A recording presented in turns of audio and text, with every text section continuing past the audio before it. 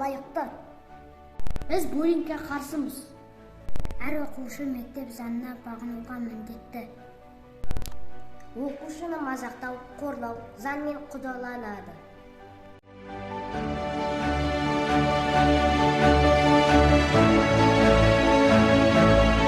Біз үнемі бір-бірімізге көмектесеміз.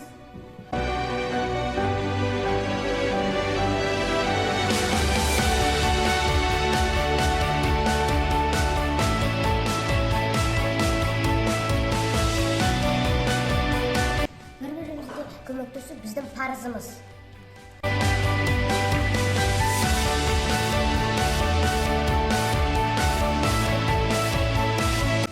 Әр оқушы бір-біріне көмектесу керек.